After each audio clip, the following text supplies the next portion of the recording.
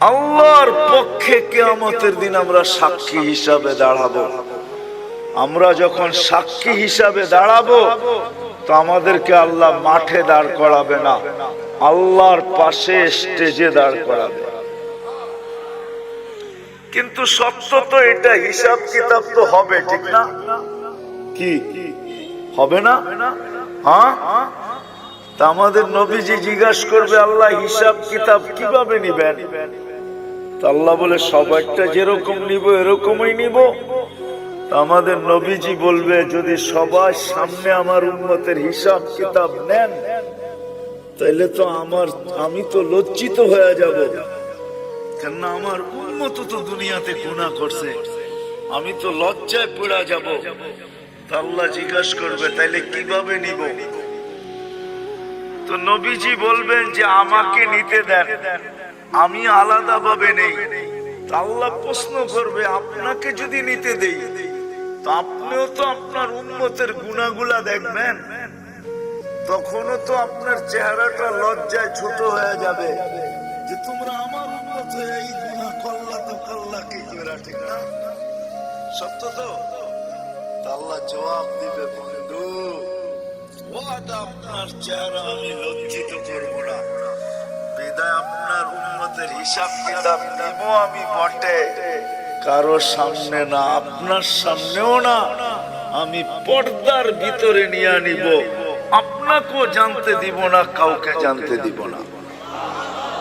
তো আমরা আল্লাহর বড় কাছের, বড় মোহাব্বতের,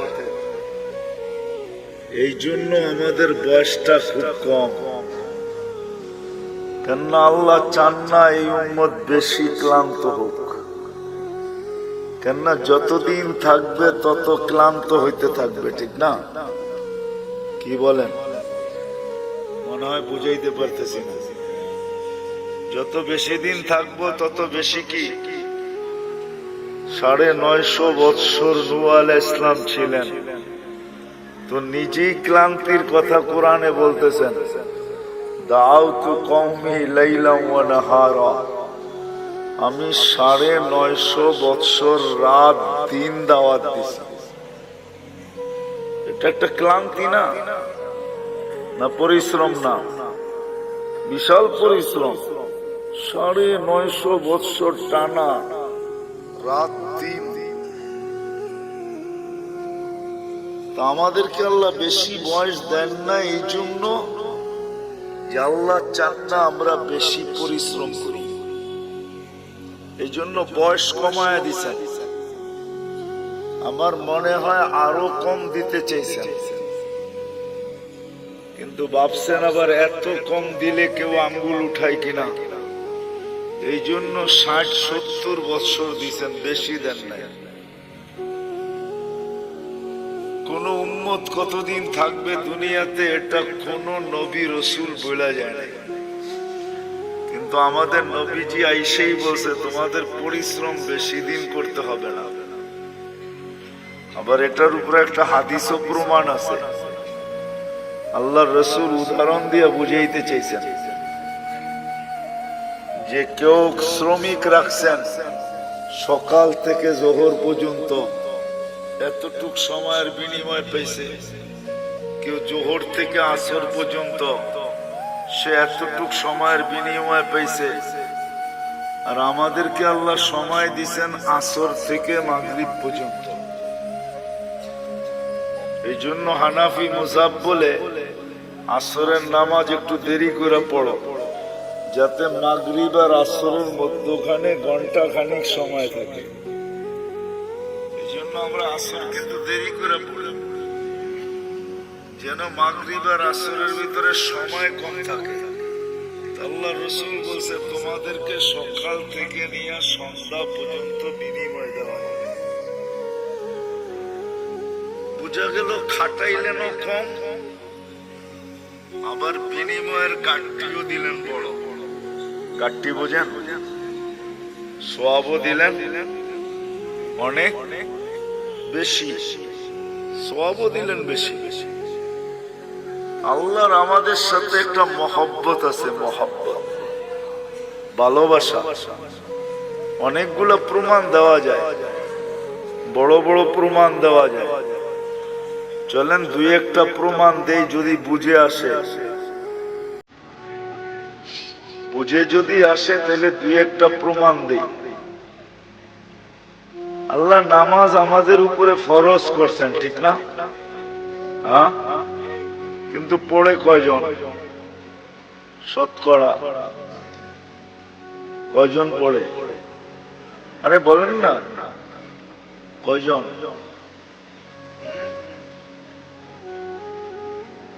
কয়জন? 5 ওয়াক্ত নামাজ শতকরা কয়জন পড়ে? হ্যাঁ, কয় পার্সেন্ট পড়ে? হ্যাঁ, 2%। কত? আমি মাইনা নিলাম 10% পড়ে। শতকরা 10 জন 5 ওয়াক্ত নামাজ পড়ে, ঠিক না? 90 জন কি করে না? কি করে না? পড়ে না। তাহলে এদের ফরজের ঘাটতি হইল না? হইল না? হইল? মনে হয় বোঝেন না আপনারা আমার কথা। ঘাটতি হইল না? হইল না? হ্যাঁ, কিন্তু আল্লাহ কতটুকু ভালোবাসে। আল্লাহ আমাদের ফরজের ঘাটতি থাকতে দিতে চান না। এই জন্য আল্লাহ সিস্টেম করছে, রমজানে 70 গুণ ফরজরে বাড়ায় দিছে। এটা কিন্তু ভালোবাসার বিনিময়। আল্লাহ চান না ফরজের ঘাটতি থাকুক, অথচ শতকরা 90 জন পড়ে না। আল্লাহ বলে তোমাদের ফরজের ঘাটতি আমি থাকতে দিতে চাই না, কেননা তোমাদেরকে ভালোবাসি। তোমাদের ফরজের ঘাটতি থাকলে, ভালোবাসার ঘাটতি থাকা দুইটা একসাথে কখনো একসাথে মিলিত হইতে পারে না। এটা শোভা পায় না যে তোমাদের ফরজের ঘাটতি থাকুক। তো আল্লাহ বলে সারা বছর ঘাটতি হোক, তাতে কিছু আসে যায় না। রমজানে 70 গুণ বাড়ায়া দিলাম ফরজ। এক রমজান পড়লে সারা বছরের ঘাটতি পুরা হওয়ার পরেও বিরাট বড় একটা ঘাটতি তোমাদের কাছে থেকে যাবে। মনে হয় বুঝাইতে পারি। আল্লাহ ভালোবাসেন, এই জন্য আল্লাহ আমাদের। কয়জন শতকরা কোরআন শরীফ পড়তে পারে? শতকরা কয়জন পারে জানেন? এই মজমায় যত লোক আছে মাদ্রাসার ছাত্র ছাড়া, কয়জন আমরা কোরআন পড়তে পারি? বেশিরভাগই পারি না, ঠিক না? বুঝা গেল শতকরা 90 জনই কোরআন পড়তে পারে না। চলেন 90 জন না হোক, শতকরা 60 জন তো কোরআন পড়তে পারে না, এটা সত্য, ঠিক না? যে কোরআন পড়তে পারে না সে কি কোরআন খতমের সওয়াব পাইতে পারে? যে কোরআন পড়তে পারে না সে তো কোরআন খতমের সওয়াব পাইতো পাওয়াটা সম্ভব না, কেন কোরআনই তো পড়তে পারে না, খতমের সওয়াব কোত্থেকে পাবে? কিন্তু আল্লাহ আমাদেরকে ভালোবাসেন, এই জন্য আল্লাহ বলে কোরআন তোমাদেরকে দিলাম, পড়তে পারো আর না পারো,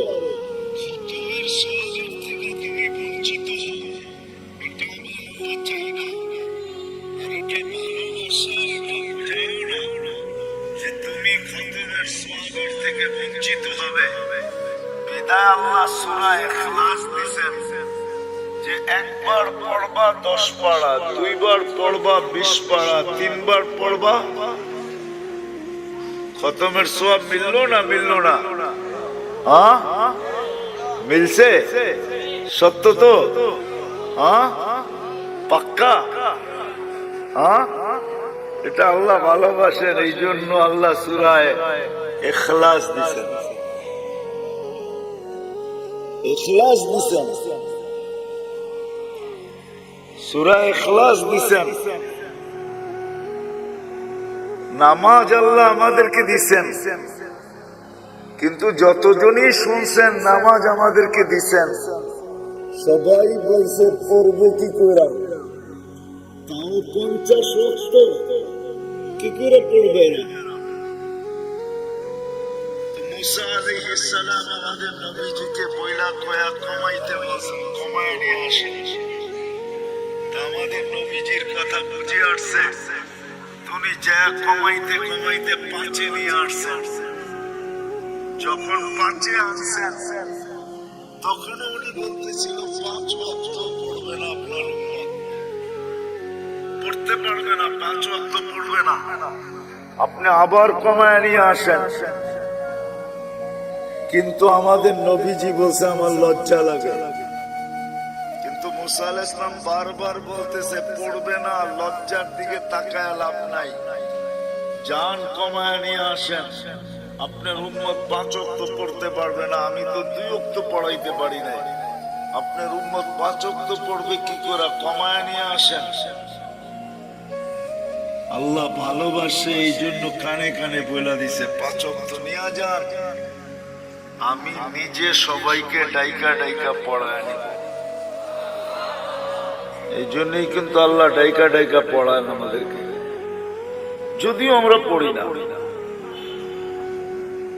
যা হোক, যেটা বুঝাইতেছিলাম, কথা কিন্তু লম্বা হবে না, শর্টই হবে, অল্প কথা হবে, অল্প। আমাদের জীবনটা অতি ছোট।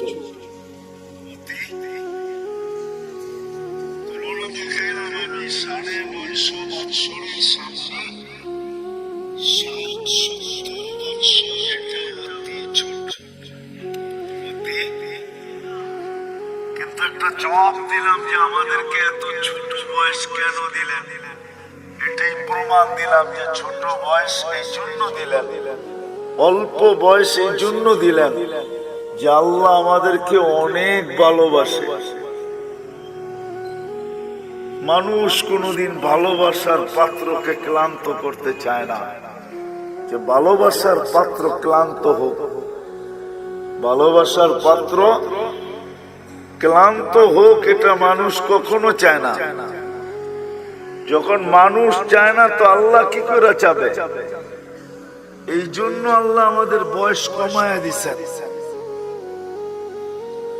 আমাদের বয়স, ভালোবাসার লিস্টিটা যদি দেখি না যে আল্লাহ আমাদেরকে কতটুকু ভালোবাসে, কিতাবে পাই নাই, কিন্তু আমার মন বলে, মানুষের একটা মনও তো আছে না, আমার মন বলে আল্লাহ আমাদেরকে আরো কম দিতে চেয়েছিলেন মনে হয়, যে আমরা খালি দুনিয়াতে পা রাখবো আর উঠা চলে যায় সিধা জান্নাতে ঢুকবো। 60-70 বছরও আমাদেরকে বেশি দিয়া দিচ্ছে। এই জন্যই কিন্তু আমাদের নবীজি আমাদেরকে বুঝাইতে চেষ্টা করছেন, বারবার বলছেন তোমাদের বয়স কম কম কম কম কম। আমার উম্মতি বাইনা 60 ও 70, 60-70 বছর আমাদের বয়স। কোন নবী কিন্তু উম্মতকে এইভাবে বলেন না।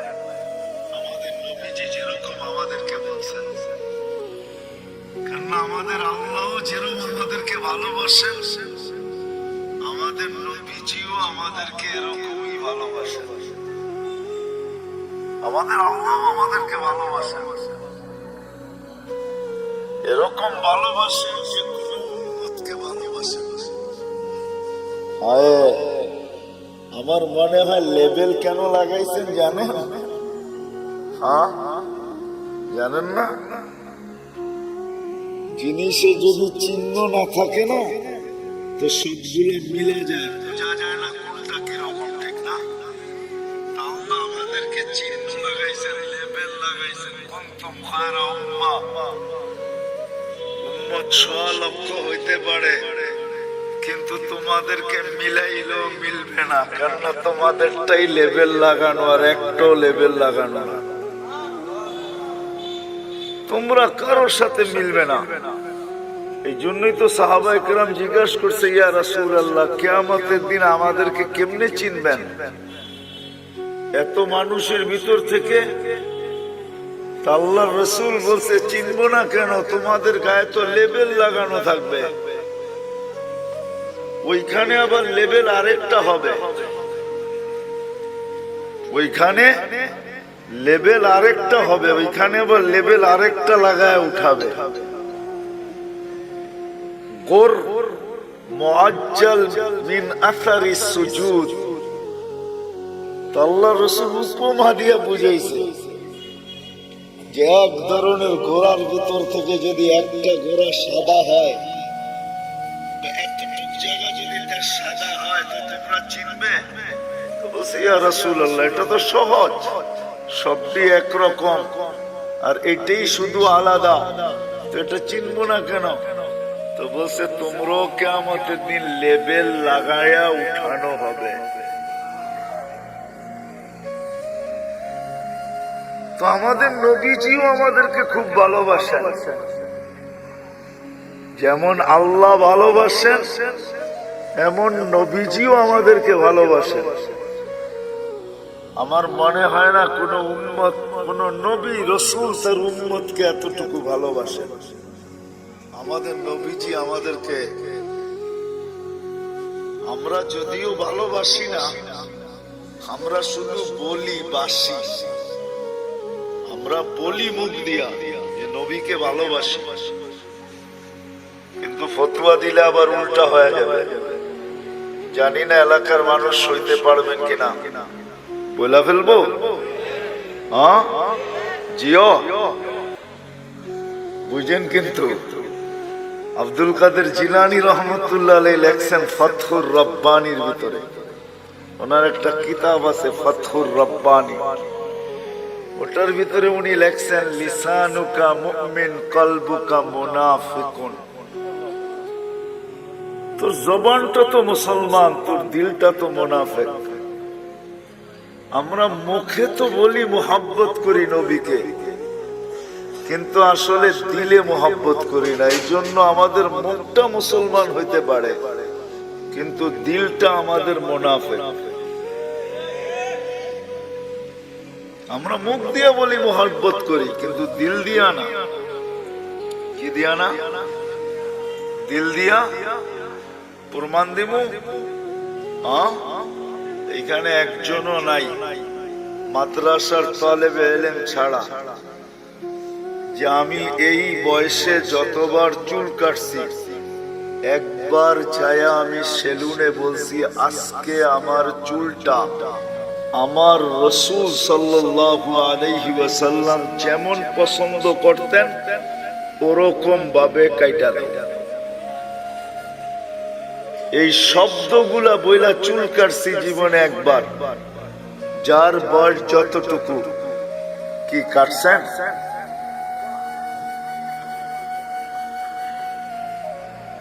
কয়জন কাটছি? রাগ হয়ে গেলেন? তাহলে বুঝে গেল এইটা আর এটা এক না, এটা আর এটা, এটা আর এটা এক না। মহব্বত করি এটা তো বললাম, কিন্তু আমাদের জীবনে নবীজির সুন্নত কতটুকু আছে বলেন? কবির কথাই তো সত্য, তাসির রাসূল ওয়া তুযহিরু হুব্বাহু। কবির কথা আর আব্দুল কাদের জিলানী রহমতুল্লাহ আলাইহির কথা মিলে গেছে। তাসির রাসূল ওয়া তুযহিরু হুব্বাহু, রাসূলের মহব্বত করো এটা তো বলো, কিন্তু সর্বক্ষেত্রে নবীর বিরোধিতা করো, সুন্নতকে মানো না। তো কবি বলে, তুমি যে কেমন মহব্বতকারী এটা আমার বুঝেই আসলো না। যেটা আবার কেমন মহব্বতকারী বলো তো? মহব্বত করি তো আমাদের আল্লাহও আমাদেরকে মহব্বত করেন, এই জন্য বয়স আমাদেরকে বেশি দেন নাই, কেননা মহব্বতের পাত্র বেশি ক্লান্ত হোক এটা কেউ চায় না। যার ঘরে মেয়ে নাই, শুধু ছেলে আর ছেলে, তো এক সময় স্বামী স্ত্রী দুইজন মিলা বলে মেয়ে নাই, কি হয়েছে, ছেলে তো আছে, ছেলে দিয়া মেয়ে নিয়ে আসবো আর মেয়ের মতো পালবো। জিও, বুঝে আসতেছে? হ্যাঁ, তখন শাশুড়ি আর বউদেরকে কাজ করতে দেয় না, কেন মহব্বত করে। আল্লাহ আমাদেরকে মহব্বত করেন, এই জন্য বয়স দিছেন কম। আমরা বেশি খাটি, এটা আল্লাহ চায় না। আমি প্রমাণ দিছি, আরো কয়েক ডজন না কয়েক শত ডজন দেওয়া যাবে। আমাদের নবীজিও আমাদেরকে মহব্বত করেন। যদি মহব্বত না করতেন তাহলে আল্লাহ বলতেন না হারিসুম বিল মুমিনিন রাউফুর রহিম। এই শব্দগুলো আল্লাহ কোনোদিন বলতেন না। আমাদের নবীজিও আমাদেরকে মহব্বত করেন, যদিও আমরা নবীকে মহব্বত করি না। আমি তো একটা প্রমাণ দেখাইলাম, একজন ছাড়া আর কেউ হা বলতে পারলো না। আমরা নবীকে মহব্বত করি না, নবীজি আমাদেরকে মহব্বত করেন। নবীজি আমাদেরকে মহব্বত করেন। মনে হয় নিজের আপন জনকেও এতটুক মহব্বত করেন না যতটুক উম্মতকে মহব্বত করতেন, করতেছেন, করবেন। নবীজি আমাদেরকে মহব্বত করতেন, এখনো করতেছে আর করবে। মহব্বত উম্মতকে।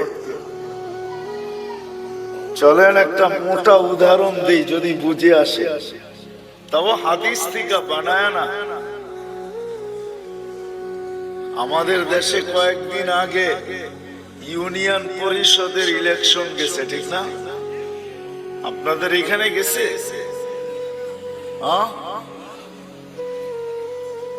ইলেকশন তো হয়, ঠিক না? না হয় নাই? সারা বাংলাদেশে গেছে, আপনাদের এখানে হয় নাই? মানে মেয়র ইলেকশন হয়েছে, ঠিক না? ইউনিয়ন পরিষদ হয় নাই। বাংলাদেশে ইউনিয়ন পরিষদের চেয়ার পাওয়ার জন্য মানুষ মরতে রাজি, মারতে রাজি।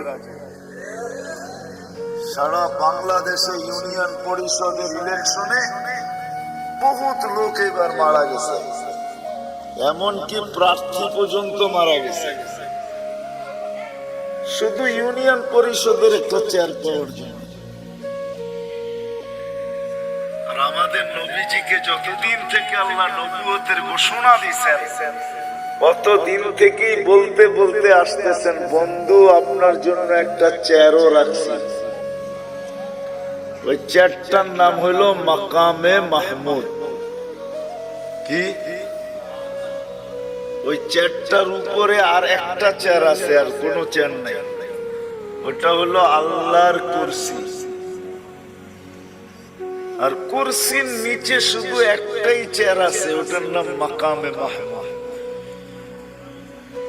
আল্লাহর রাসূল সাল্লাল্লাহু আলাইহি ইসলামের চেয়ারের নিচে আর কোন চেয়ার নেই। আল্লাহ দুইটা চেয়ারই বানাইছেন, একটার নাম কুরসি, একটার নাম মাকামে মাহমুদ। কিয়ামতের দিন নিয়ে যাওয়া হবে, চেয়ারও লাগানো হবে।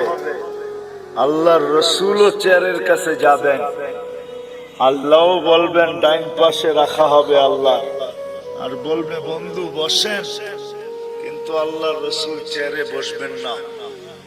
প্রতি উত্তরে বলবেন আমি যদি বসি তাহলে আমি যে ভালোবাসি আমার পিপাসিত উম্মতকে যে আমি ভালোবাসি, আমার এই পিপাসিত ভালোবাসার পিপাসিত উম্মতকে কে পানি পান করাবে? বিদায় আমি বসবো না।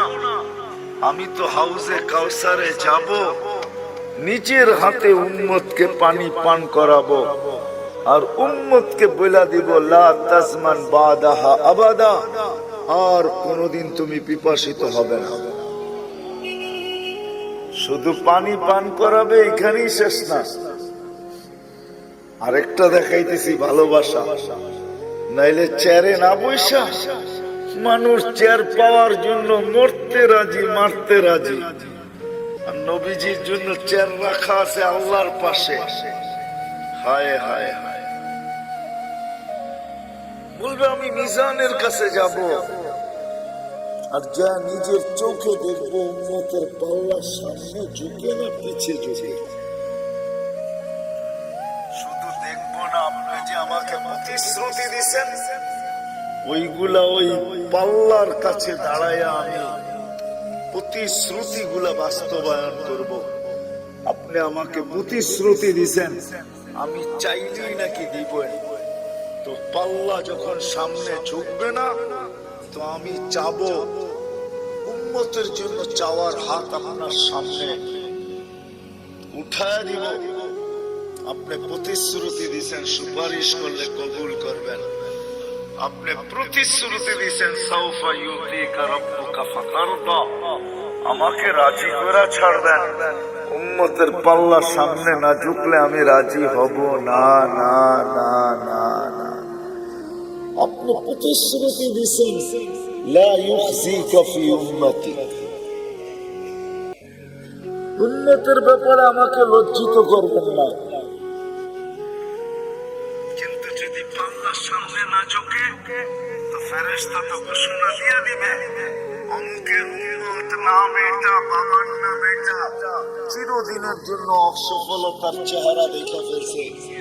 তা আমার মনটা থাকবে তো থাকবে কোথায়? ওই সময় আপনার কাছে আমি বলবো পাল্লা যদি না ঢোকে তাইলে তো আমার চেহারা মলিন হয়ে যাবে। আপনি তো ওয়াদা করছেন আমার চেহারাকে মলিন হইতে দিবেন না। তো আমি পৌঁছে রাতের মিজানের ওইখানে ছুটবো, আমি চেয়ারে বসবো না, ওইখানেই শেষ না। বলবে আবার পৌঁছে রাতে দৌড়াইতে থাকবো, ওইখানে যে দেখবো পার হইতে পারলো কি পারলো না। তো আমি যদি পার হতে না পারে, তো আমি দুরুদের গাঠি মাথায় দিয়া পার করায় দিব। চেয়ার আমার মাইনা নিলাম, কিন্তু আমি বসবো না, না না না। এটা হলো ভালোবাসার ফল। ওই দিন, যেই দিন সমস্ত নবী রাসূল নফসি নফসি বলতে থাকবে, কোন নবী নিজের মাকেও চাবে না। কিতাবে পাওয়া যায় মুসা আলাইহিস সালাম তো বলেই ফেলবে লা আসআলুকা উম্মি ওয়ালা আসআলুকা উখতি, আজকে মাকেও চাই না, বোনকেও চাই না, আসআলুকা নফসি, আপনি আমাকে বাঁচায় দেন। কেমন ভালোবাসাটা আমাদেরকে বাঁচতে। বিদায় আবার শুরুতে চলে যেতেছি। আমাদের জীবনটা অতি কি মনে আছে? অতি ছোট। আর ছোট এই জন্য যে আমরা আল্লাহর ভালোবাসার পাত্র। বিদায় আল্লাহ বেশি পরিশ্রম আমাদের দ্বারা চান। শুধু আল্লাহর ভালোবাসার পাত্র না, আমরা নবীজিরও ভালোবাসার পাত্র। আমাদের নবীজি উম্মতকে বড় ভালোবাসতেন, সত্য এটাই। কিন্তু এটাও বলছি আমি, আফসোসের বিষয়, উম্মত শুধু মুখে ভালোবাসে, মনে ভালোবাসে। শুধু মুখে কি করে নবীকে মুখে ভালোবাসে, মনে ভালোবাসি না। মনে আমরা ভালোবাসি না। মনে যদি ভালোবাসতাম,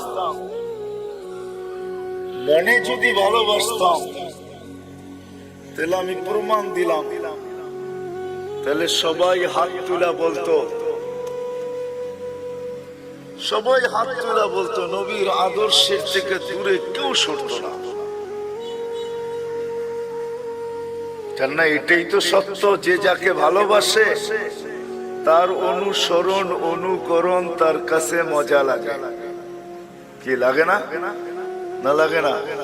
তা আমরা যদি ভালোবাসি তা আমরা তো অনুসরণ অনুকরণ নাই, আছে নাকি? হ্যাঁ, কি বলেন? শতকরা কয়জনের ভিতরে আছে? আপনি জুব্বা পড়েন দেখি কি সবাই পড়ে নাকি? আপনি দাড়ি রাখছেন দেখি সবাই দাড়ি রাখে নাকি? অথচ দাড়ি তো নবীজি নিয়ে আসছে আমাদেরকে জান্নাতের টিকিট দেওয়ার জন্য। এই উম্মতকে দাড়ি দিছে জান্নাতে যাওয়ার জন্য। অন্য উম্মতকে কেন দিছে এটা আমি জানি না। এই উম্মত দাড়ি দেখায় জান্নাতে যাবে কোথায়? কি দেখায়? দাড়ি দেখায় চলে যাবে, দাড়ি দেখায়। এই উম্মত দাড়ি দেখায় জান্নাতে চলে যাবে। তাফসীরের কিতাবে এটা পাওয়া যায়। মুসা আলাইহিস সালামের ব্যঙ্গ করতো একটা লোক, এটার নাম সামেরি ছিল। সামেরি মুসা আলাইহিস সালামকে ব্যঙ্গ করতো। ব্যঙ্গ বোঝেন তো? ব্যঙ্গ করতো নকল করা দ্বারা। পাগড়ি ওরকম, চুল ওরকম লম্বা, দাড়ি ওরকম, জুব্বা ওরকম, লাঠি এরকম, চলা ঢং এরকম, কথা এরকম, সারাদিন পিছে লেগে থাকতো আর মুসা আলাইহিস সালামকে খেপাইতে থাকতো। কিন্তু ঈমান আনে না। সে ফেরাউনের দলের লোক ছিল। যখন ফেরাউনকে আল্লাহ ডুবায় মারে তো সামেরিকে আল্লাহ ডুবান নাই। তো যখন উঠা আসছে তো মুসা আলাইহিস সালাম বলতেছে, আল্লাহ ফেরাউন আমার বিরুদ্ধে ছিল বটে, কিন্তু এইটার মতো না। এটারে কেন বাঁচাইলা? এটারে কেন কেন এটারে বাঁচাইয়া দিলেন? ও তো সারাদিন পিছে লেগে থাকে আর আমাকে ব্যঙ্গ করতে থাকে আর আমাকে খেপাইতে থাকে। ওরে ডুবাইলেন না কেন? তো আল্লাহ বলে, ডুবাইতে চাইছিলাম কিন্তু লজ্জা পায়া গেছি।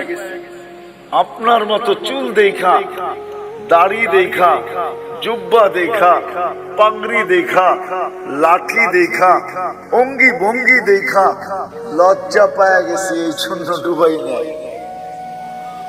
তো মুসা আলাইহিস সালামের অনুসরণ অনুকরণ করা যদি ডুবার থেকে সামেরি বাঁচতে পারে, আমরা দাড়ি দিয়া জান্নাতে কেন যেতে পারবো না? কি বলেন? আরে বুঝে আসছে? আল্লাহ দাড়ি দিছিলেন জান্নাতে যাওয়ার জন্য, আর পাইকা গেলে তো কোনো কথাই নেই। এটা তো সিল লেগে যাবে যদি পাইকা গেল। কিতাবে আছে মুহাদ্দিসে জামানার সবচেয়ে বড় মুহাদ্দিস মারা গেছেন। সঙ্গীরা সাথীরা স্বপ্নে দেখছেন, জিজ্ঞাসা করছে, কি করা হলো তোমার সাথে, কি ব্যবহার হলো? তো বলতেছে, দাড়ি দেখায় জান্নাতে চলে গেছে। দাড়ি দেখায় মানে? আল্লাহ জিজ্ঞাসা করছিল, ওই বুইরা কি নিয়ে আসছস? আমার হাদিস মনে উঠছে, আমিও বইলা ফেলছি দাড়ি নিয়ে আসছি, আর কিচ্ছু নিয়ে আসি না। আল্লাহ জিজ্ঞাসা করছে, রাগ হয়ে শুধু দাড়ি? আমিও টাইটা বলছি, কেন আপনি বলেন না জিবরিল আলাইহিস সালামকে?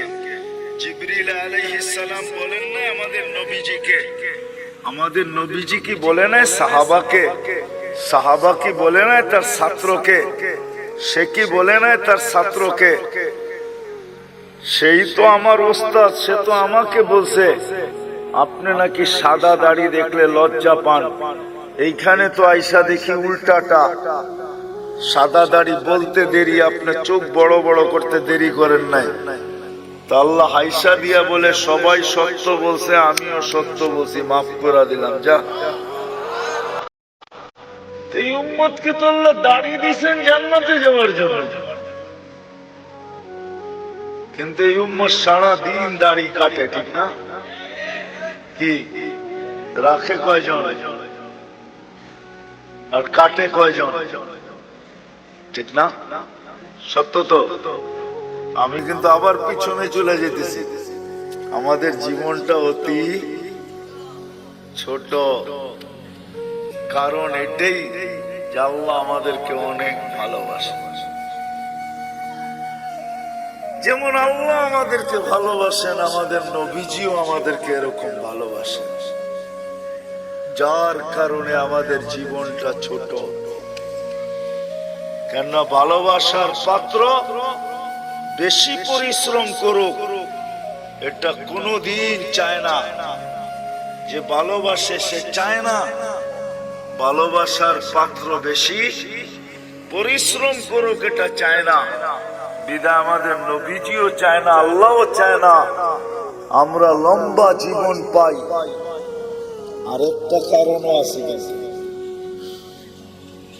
হাদিস মনে উঠলো এই জন্য বলতেছি, আমরা যে বেশি পরিশ্রম না করি এটার একটা প্রমাণ দিতেছি বয়সের হাদিস। এই উম্মতের বয়সের অনেক দাম। 40-এ যখন পা দেয় তো এই উম্মতের 2-3টা রোগ আর হয় না। 15 থেকে নিয়ে 40 পর্যন্ত যদি এই উম্মত আল্লাহ আল্লাহর রাসূলকে মানা অবস্থায় পা দিল 40-এ, তো 3টা কঠিন রোগ আর হবে না। শ্বেত রোগ হবে না, পাগল হবে না, কুষ্ঠ রোগ হবে না। 50-এ যখন পা দিবে তখন আর কঠিন হিসাব হবে না। 60-এ যখন পা দিবে তো ফেরেশতা তাকে ভালোবাসতে শুরু করবে। 70-এ যখন পা দিবে তো আল্লাহ এই ব্যক্তির আল্লাহর কাছে চলে যাক, এটা আল্লাহ আকাঙ্ক্ষা করবে যে এখন তুমি আমার কাছে চলে আসো। 80-তে যখন পা দিবে, ভালোবাসা দেখাইতেছি কিন্তু ভালোবাসা, 80-তে যখন পা দিবে তা আল্লাহ বলবে গুনাহ লেখো না, কেননা 70-এর উপরে পার হয়ে গেছে, তো ভালোবাসা আটটু বেড়ে গেছে, ঠিক না? আরে হইল নাকি? গুনাহ লেখো না, গুনাহ লেখা হয় না। 90-তে যখন পা দেয়, 90 বছর বয়সে পা দিয়া ফেলছে, তা আল্লাহ বলে আগে পিছের গুনাহ আর রাখো না। এটা কি ভালোবাসার প্রমাণ যে আল্লাহ কত ভালোবাসে, আগে পিছের গুনাহ মাফ।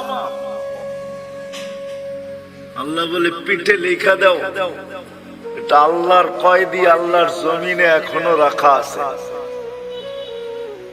আল্লাহ আমাদেরকে ভালোবাসেন, এই জন্য আমাদের বয়স কম। রাসূলুল্লাহ সাল্লাল্লাহু আলাইহি ওয়াসাল্লাম আমাদেরকে কি বাসেন? আমাদেরকে ভালোবাসেন। কিন্তু আফসোস এই জায়গায় যে আপনি আর আমি কতটুকু ভালোবাসি। এই জন্যই আবারও বলতেছি, আমাদের জীবনটা অতি আমরা দুদিক থেকে ভালোবাসার পাত্র, দুদিক থেকে, দুদিক বুঝেন, আল্লাহর পক্ষ থেকে আমরা ভালোবাসার পাত্র, আমাদের নবীজির পক্ষ থেকে আমরা ভালোবাসার পাত্র। চলুন একটা হাদিস মনে উঠলো শোনাই। যদিও কিয়ামতের দিন আমাদেরকে আল্লাহ দাঁড় করাবে না, কোথায়? কিয়ামতের মাঠে আল্লাহ আমাদেরকে দাঁড় করাবে না। আমরা কিয়ামতের মাঠে ইনশাআল্লাহ দাঁড়াবো না। বলেন ইনশাআল্লাহ আমরা কিয়ামতের মাঠে দাঁড়াবো না। আমাদেরকে জন্য আল্লাহ স্টেজ বানাবে আল্লাহর পাশে, ওই স্টেজে আমরা দাঁড়াবো। ওই স্টেজে দাঁড়াবো আমরা। আমি তো 1 ডজন অনেক দেখাইতে পারি, কিন্তু আমি জানি না ওলামারা আমার সাথ দিবে কি দিবে না। জালালউদ্দিন সুয়ুতী রহমতুল্লাহ আলাইহি লেখছেন, আমাদেরকে আল্লাহ স্টেজে দাঁড় করাবে। কেননা কোরআন বলে সুহাদা আলান নাস, আমরা কিয়ামতের দিন আল্লাহর পক্ষে সাক্ষী হিসাবে দাঁড়াবো। কার পক্ষে? কার পক্ষে? আল্লাহর পক্ষে কিয়ামতের দিন আমরা সাক্ষী হিসাবে দাঁড়াবো। আমরা যখন সাক্ষী হিসাবে দাঁড়াবো তো আমাদেরকে আল্লাহ মাঠে দাঁড় করাবে না, আল্লাহর পাশে স্টেজে দাঁড় করাবে। কিন্তু সত্য তো এটা, হিসাব কিতাব তো হবে, ঠিক না? কি হবে না? হ্যাঁ, তা আমাদের নবীজি জিজ্ঞাসা করবে আল্লাহ হিসাব কিতাব কিভাবে নিবেন? তা আল্লাহ বলে সবাইটা যেরকম নিব এরকমই নিব। আমাদের নবীজি বলবে যদি সবার সামনে আমার উম্মতের হিসাব কিতাব নেন তাহলে তো আমি তো লজ্জিত হয়ে যাব, কেননা আমার উম্মত তো দুনিয়াতে গুনাহ করছে, আমি তো লজ্জায় পড়ে যাব। তা আল্লাহ জিজ্ঞাসা করবে তাইলে কিভাবে নিব? তো নবীজি বলবেন যে আমাকে নিতে দেন, আমি আলাদা ভাবে নেই। আল্লাহ প্রশ্ন করবে আপনাকে যদি নিতে দেই তা আপনিও তো আপনার উম্মতের গুনাহগুলা দেখবেন, তখনও তো আপনার চেহারাটা লজ্জায় ছোট হয়ে যাবে যে তোমরা আমার উম্মত হয়ে এই গুনাহ করলা, তো করলা কি করে, ঠিক না? সত্য তো? আল্লাহ জবাব দিবে বন্ধু আপনার চেহারা আমি লজ্জিত করব না, আপনার উম্মতের হিসাব কিতাব নিব আমি বটে, কারো সামনে না, আপনার সামনেও না, আমি পর্দার ভিতরে নিয়ে নিব, আপনাকেও জানতে দিব না, কাউকে জানতে দিব না। বিদায় আমি শেষ জায়গায় চলে আসছি। জীবনটা আমাদের অতি অতি আমরা দুনো দিক দিয়ে ভালোবাসার পাত্র। আমি কি বুঝাইতে পারলাম? দুনো দিক দিয়ে আমরা ভালোবাসার পাত্র। বিদায় আমাদের এই ছোট জীবনটাকে সুরক্ষিত করতে হবে, এটাই আল্লাহর দাবি। তুমি তোমার ছোট জীবনটাকে সুরক্ষিত করো, হেফাজত করো, সুরক্ষিত করো। তোমাদের কাছে এটা দাবি, সুরক্ষিত করো তোমরা তোমাদের জীবনটাকে। কেননা সুরক্ষিত করা, হেফাজত করা আমাদের প্রত্যেক নর নারী, যুবক বৃদ্ধ সবার কাছে আল্লাহর দাবি হলো। বাচ্চার কথা ভিন্ন, পাগলের কথা ভিন্ন, বাকি সবার কাছে আল্লাহর দাবি হলো এই ছোট জীবনটাকে সুরক্ষিত করো, যেটাকে হেফাজত বলে। যে জীবনটাকে সুরক্ষিত করবে, যে জীবনটাকে সুরক্ষিত করবে, যে জীবনটাকে সুরক্ষিত করবে, যে জীবনটাকে সুরক্ষিত করবে, হেফাজত করবে যে জীবনটাকে, কসম খোদার, আল্লাহ যে আমাদেরকে ভালোবাসেন, আল্লাহর রাসূল যে আমাদেরকে ভালোবাসেন, যে সুরক্ষিত করবে, সে যেন এই ভালোবাসার মূল্য দিল। মূল্য শুধু নিজের মূল্য অর্জন করলো না, সে যেন এই দুজনের ভালোবাসার মূল্য দিল যে আল্লাহ আপনি যে আমাকে ভালোবাসেন, এই জন্য আমি আমার জীবনটাকে সুরক্ষিত করলাম। রাসূলুল্লাহ সাল্লাল্লাহু আলাইহি ওয়াসাল্লাম যে আমাদেরকে ভালোবাসেন, দুজনেরই দাবি আমাদের কাছে যে এই জীবনটাকে সুরক্ষিত করো। সত্য এটাই যে সুরক্ষিত করা যাবে। আল্লাহ আল্লাহর রাসূলের ভালোবাসার যেরকম মূল্য হবে, এরকম যে সুরক্ষিত করা যাবে, সেও আল্লাহ আল্লাহর রাসূলের কাছে বড় মূল্যের পাত্র হবে, বড় মূল্যায়নের পাত্র হবে, বড় মূল্যায়নের পাত্র। নাইলে আল্লাহর রাসূল এই কথা কোনোদিন বলতেন না। কেমন মূল্যায়নের পাত্র, কেমন মূল্যায়নের পাত্র। একটা হাদিসের দিকে তাকাইলে বোঝা যায় আল্লাহ রসুল বলছেন তোমরা কেমন মূল্যায়নের পাত্র হবে একটু শোনো। ইয়াস্তাকবিলুনি উম্মতি রব্বি, জান্নাতের গেটে আল্লাহ সর্বপ্রথম তোমাদেরকে স্বাগত জানাবে। জান্নাতীরা আল্লাহকে দেখবে বটে, দেখবে, কিন্তু আমাদের মতো সর্বপ্রথম দেখবে না। আমরা তো জান্নাতে ঢুকার আগে আমরা আল্লাহকে দেখব, আল্লাহ আমাদের ইস্তেকবাল করবে। তাইলে একটু ভাবেন কেমন মূল্যায়ন,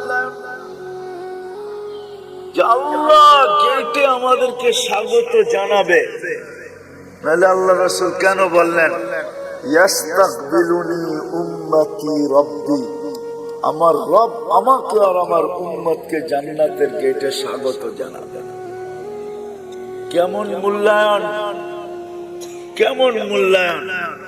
আল্লাহ নিজেই বলতেছে আল জান্নাতু মুহাররামাতু, জান্নাত সমস্ত উম্মতের জন্য হারাম, সমস্ত উম্মতের জন্য, যতক্ষণ পর্যন্ত আমার প্রিয় পাত্র উম্মতে মুহাম্মাদি না ঢুকবে।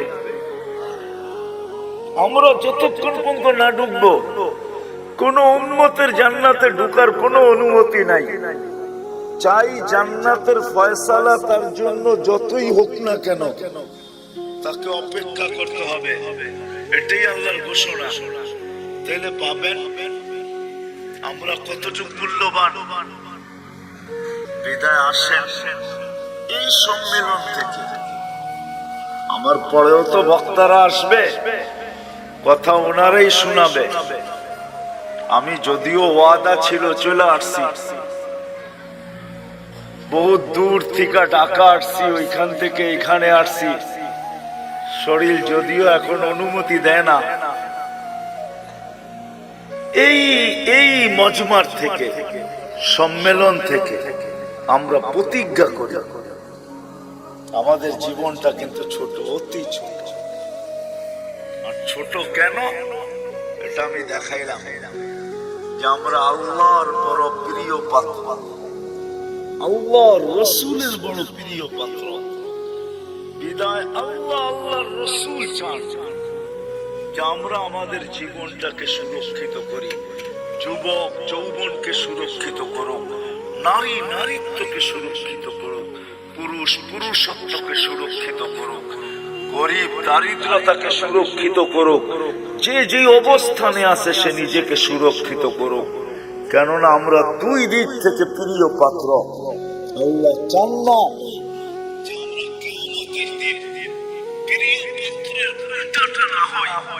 এই জন্য আল্লাহ চান আমরা আমাদের জীবনটাকে সুরক্ষিত করি।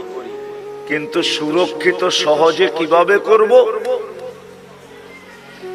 কিভাবে সহজে সুরক্ষিত করব? প্রত্যেক ব্যক্তি কিভাবে করবে? যুবক কিভাবে করবে? নারী কিভাবে করবে? পুরুষ কিভাবে করবে? প্রত্যেক ব্যক্তি, প্রত্যেক অবস্থানওয়ালা, পেশাওয়ালা, বাসাওয়ালা, রংওয়ালা, কালারওয়ালা, প্রত্যেক ব্যক্তি কিভাবে সুরক্ষিত করবে? আল্লাহ মুহাম্মদুর রাসূলুল্লাহ সাল্লাল্লাহু আলাইহি ওয়াসাল্লামের মাধ্যমে আমাদেরকে এটা শিখাইছেন যে আমরা কিভাবে সুরক্ষিত করব। এজন্য আমি দুই চারটা দেখাইছি আপনাদেরকে। এটাও কিন্তু সুরক্ষিতর একটা। যদিও এই মজমায় কেউ নাই যে প্রতিদিন এক খতম কোরআনের নিয়াতে 3 বার সূরা ইখলাস পড়ে, এরকম কয়জন আছি আমরা এখানে? প্রতিদিন এক খতম কোরআনের সওয়াব আমার আমলনামায় আসুক, এই নিয়াতে ডেইলি সূরা ইখলাস 3 বার পড়ি, এরকম কয়জন আছে? আমার কথা বোঝেন, তারপরে হাত উঠায়। প্রতিদিন পড়ি, প্রতিদিন কন্টিনিউ আমি ডেইলি পড়ি, এই নিয়তে যে কোরআন পড়তে পারি না তাতে কি আসে যায়, আমি ডেইলি এক খতম কোরআনের সওয়াব আমার আমলনামায় নিতে চাই। এই নিয়তে আমরা কয়জন পড়ি? এটাও কিন্তু জীবন গুছানের, সুরক্ষিত করার একটা পন্থা আল্লাহ দিয়েছেন। একটু আগে দেখাইলাম না নামাজ, যে ফরজের ঘাটতি এই উম্মতের না থাকুক, কেননা ফরজের ঘাটতি যদি থাকলো তাহলে আর জীবনটা গুছানোর কোনো রাস্তা থাকবে না। এই জন্য আল্লাহ নামাজ দিছেন বটে, কিন্তু ঘাটতি কিভাবে পূরণ হয়, কেননা আপন জনের ঘাটতি যদি পুরা না হইল তাহলে কিয়ামতের দিন কেউ বইলেও তো ফেলতে পারে যে লেবেল লাগায় তো দুনিয়াতে পাঠাইলেন খায়রা উম্মাহ, এখন তো আমরা দেখি ফরজ পুরাটাই নাই, পুরাটাই খালি। এদেরকে খায়রে উম্মতের লেবেল লাগায় পাঠাইলেন, ফরজের পুরা পুরা ঘাটতি, তো আল্লাহ ওটাকে পূরণ করার জন্য রমজানকে 70 গুণ বাড়ায় দিয়েছেন। আল্লাহ চান না, এই জন্য মুহাম্মদুর রাসূলুল্লাহ সাল্লাল্লাহু আলাইহি ওয়াসাল্লামকে আল্লাহ পাঠাইছেন। আর নবী আসছেন, চলে গেছে, আমাদেরকে শিখায় গেছে, শিখায় গেছে, আদর্শ দিয়া গেছে।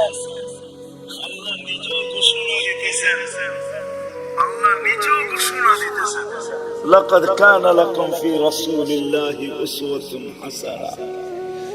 আল্লাহ নিজেও ঘোষণা দিতেছেন, ওয়া ইন তুতিউহু তাহতাদু। আল্লাহ নিজেও ঘোষণা দিতেছেন, মান আতা আর রাসূল ফাকাদ আতা আল্লাহ। আল্লাহ নিজেও ঘোষণা দিয়ে বুঝাইতে চাইতেছেন, ইন কুনতুম তুহিব্বুনাল্লাহ, তুমি বলো আল্লাহকে ভালোবাসো। প্রমাণ কি? আল্লাহ প্রমাণও বুঝিয়ে দিতেছেন আমাদেরকে, ইন কুনতুম তুহিব্বুনাল্লাহ ফাত্তাবিউনি, আমার বন্ধুর অনুসরণ অনুকরণ করো। আসেন এই মজলিস থেকে আজকে আমরা সবাই ওয়াদা করি যে আমার এই ছোট জীবনটা, যেটা অতি ছোট, দুই দিক দিয়েই আমরা মহব্বতের ভালোবাসার পাত্র, আমি এটাকে সুরক্ষিত করতে চাই। আল্লাহ আল্লাহর রাসূলের, রাসূলুল্লাহ সাল্লাল্লাহু আলাইহি ওয়াসাল্লামের অনুগত্যের মাধ্যমে, আদর্শের মাধ্যমে, রাসূলুল্লাহ সাল্লাল্লাহু আলাইহি ওয়াসাল্লামের সুন্নতকে মানার মাধ্যমে, নাইলে বড় ব্যথা পাবেন, কিন্তু বড় ব্যথা। কোরআনের এক আয়াত আমাকে বুঝায় যে আল্লাহ রাসূল কত বড় ব্যথা পাবেন, যেই ব্যথার পরে আল্লাহ রাসূল চিৎকার দিয়া বলবেন, কওমি ইত্তাখাযু হাদাল কুরআনা মাহজুরা। বড় ব্যথা পায় আমাদের বিরুদ্ধে মোকদ্দমা দায়ের করে দিবে, বড় ব্যথা পায়, কিন্তু বড় ব্যথা, বড় ব্যথা পাবেন।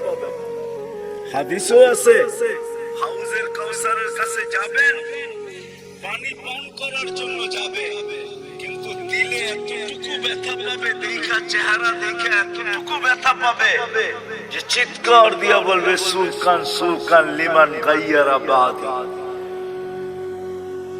অথচ যে রাসূল উম্মতকে এত ভালোবাসতেন, আরবির সাথে সম্পর্ক নাই তো, এই জন্য জানি না যে আল্লাহ রাসূল আমাদেরকে কতটুকু ভালোবাসতেন, কতটুকু ভালোবাসতেন।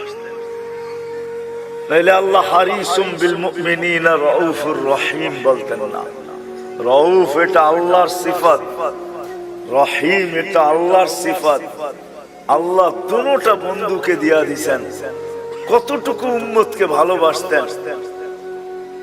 এই জন্য আসেন আজকে ওয়াদা করি যে আমরা আমাদের এই ছোট জীবনটাকে আল্লাহর রাসূলের মানার মাধ্যমে, এর আদর্শকে মানার মাধ্যমে সুরক্ষিত করব।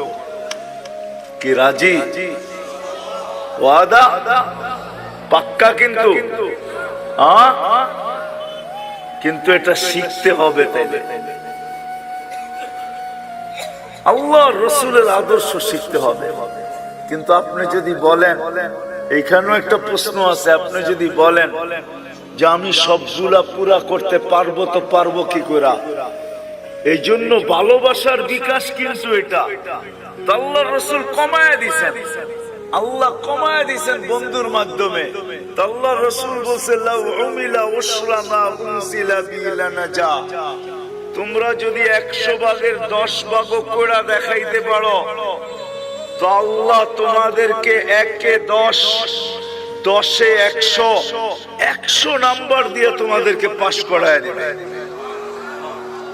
আরো নিচে নেমে আসছেন, বলছে শোনো শোনো শোনো শোনো, যদি ঈমান তোমাদের ভিতরে থাকলো, ঈমান যদি নিখুঁত হইল, 100 ভাগের 10 ভাগও যদি না পারলে, একটা সুন্নত ধরেও যদি ঝুলতে ঝুলতে কবরে চলে আসলে, মান তামাসসাকা সুন্নতি ইনদা ফাসাদি উম্মতি, যেই সময় চতুর্দিকে ফিতনার ফাসাদ চলতে থাকবে, যেই দিকে সর্বশ্রেষ্ঠ মানুষ, কেমন ফিতনা আপনি ভাবেন, কেমন ফিতনা। একটা উদাহরণ, কারো বিরোধিতার জন্য না, উদাহরণ।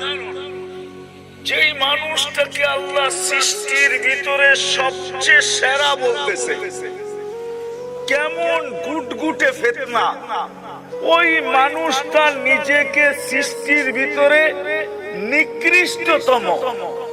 আমাদের প্রবাদ বাক্যে সবচেয়ে দুষ্ট মানুষে কি বলে? বানর বলে, বানর, বান্দর, ঠিক না? সবচেয়ে দুষ্টটারে কি বলে? হ্যাঁ, তাহলে কেমন বড় ফিতনা, কেমন গুটগুটে ফিতনা। যে মানুষটাকে আল্লাহ সৃষ্টি সেরা বলেও ঘোষণা দিলেন, কেমন ফিতনার শিকার, যে ওই মানুষটা নিজেকে সৃষ্টির ভিতরে সবচেয়ে যেটা দুষ্ট, বানর, নিজেকে বানর বলতে এখন রাজি হইতেছে, আমি বানর। মানে বুঝাইতে পারি না। হ্যাঁ, আল্লাহর রাসূল বলতেছে এরকম ফিতনার সময় যে একটা সুন্নতকে ধরা ঈমানের সাথে কবরে আসবে, আল্লাহ তাকে 100 শহীদের মালা পরায়া স্বাগত জানাবে। তাহলে আসেন আজকে ওয়াদা করি, শুধু মুখে মুখে ভালোবাসা বললে হবে না, ঠিক না? তাইলে ওই প্রবাদ বাক্যই সত্য হবে, মোহ মে শেখ ফরিদ বগল মে, মানে আপনাদের সিলেটে এই প্রবাদ বাক্য নাই, ঠিক না? মোহ মে শেখ ফরিদ বগল মে কি, মুখে তো শেখ ফরিদ বলে বগলের মধ্যে ইট রাখা। একটা প্রবাদ বাক্য আছে, মোহ মে শেখ ফরিদ বগল মে ইট। এরকম যেন না হয় যে মুখে তো বলি নবীকে মহব্বত করি কিন্তু বাস্তবে প্রদর্শন করি না। তাইলে আমারও এরকমই হবে যে আমি মুখে তো শেখ ফরিদ বলি কিন্তু বগলে ইট নিয়ে দাঁড়ায় আছি, পাইতে দেরি, মাথায় মারতে দেরি করব না। আমাদের দশা এরকমই হবে। বিদায় আসেন, জীবনটা অতি ছোট, দুই দিক থেকেই আমরা প্রিয় পাত্র। এটাকে সুরক্ষিত করা দোনোজনের পক্ষ থেকে দাবি। আর সুরক্ষিত কিভাবে করব, এটার জন্যই মুহাম্মাদুর আল্লাহর রাসূলের আদর্শ। আসেন শিখবো তো পাক্কা। কার কাছ থেকে শিখবেন? নেটের থেকে? কার থেকে? হক্কানি আলেম আর আল্লাহ ওয়ালাদের থেকে, হক্কানি আলেমদের থেকে। এখন তো হক্কানি আলেম দেখানোর সময় আমার নাই, নাইলে আপনাদেরকে বুঝায় বলতাম যে হক্কানি আলেম কারা। এদের কাছ থেকে শিখে, হ্যাঁ এদের কাছ থেকে শিখেন। কিতাবে আছে হক্কানি আলেম কারা, এই জন্য কিতাবে নিষেধ করছে লা তাজলিসু ইনদা কুল্লি আলিম ইল্লা আলিমুন ইয়াদউকুম মিন খামসিন ইলা খামসিন। 5 জিনিসের থেকে 5 জিনিসের দিকে যারা ডাকে তোমাদেরকে, এরা হলো হক্কানি আলেম। এদের কাছ থেকে শিখো, নবীর আদর্শ শিখো। কেননা দুনিয়াটা ছোট হয়ে আসতেছে, কার মৌত কখন হবে। কেননা কিয়ামতের আগে আল্লাহর রাসূল বলছেন কিয়ামতের আগে আল্লাহ রসুল বলছেন মানুষের অপমৃত্যুর হার বেড়ে যাবে। হার, অপমৃত্যু বুঝেন? হঠাৎ মৃত্যুর হার বেড়ে যাবে। এখন সারা দুনিয়া দেখলে দেখা যায় প্রতিদিন 75% মানুষ, 3 থেকে 4 লক্ষ মানুষের ভিতর থেকে 75% মানুষ হঠাৎ মৃত্যু হয়। হঠাৎ, এটা কিয়ামতের নিদর্শন। কখন আমরা মারা যাব জানি না। এই জন্য হক্কানি আলেমদের কাছ থেকে শিখেন, এটাও একটা বাগান। হক্কানিয়াতের একটা বাগান হলো এটা জামিয়া ইসলামিয়া লুৎফাবাদ, এটাও একটা বাগান। এরকম সিলেটে হাজারো বাগান আছে, হাজারো, একটা দুইটা না। সিলেট বোর্ডালারা বলতে পারবে কত বাগান আছে সিলেটে। সিলেট বোর্ড যেটা, এরা বলতে পারবে ছোট বড় কত বাগান আছে সিলেটের ভিতরে। এদের কাছ থেকে শিখি, একটা সুন্নত হইল নিজের সম্বল বানাই। আমি তো যুবকদেরকে বলি যে তুমি জীবনে একবার হলো চুল কাইটা নিজের কাছে রাখো, কিয়ামতের দিন যখন দেখা হবে তো বলার সুযোগ হবে যে আমি একদিন আপনার স্টাইলে চুল কাটছি, আমাকে কি দিবেন দেন। হাত পাতার সুযোগ হবে। আর যদি একদিনও না কাটলো তো হাত পাতবে, তো পাতবে কি করে, ঠিক না? কি কি বলেন, কি করে হাত পাতবে? এই জন্য তো আমি বলি আসেন হক্কানি আলেমদের থেকে শিখি। আর সবচেয়ে বড় কথা যেটা, একের ভিতরে 100, আজকের থেকে নামাজ কেউ ছাড়বে না। ওয়াদা পাক্কা। আল্লাহ আমাদেরকে আমল করার তৌফিক দান করেন। কেউ উঠাউঠি করবো না। ওমা আলাইনা ইল্লাল বালা।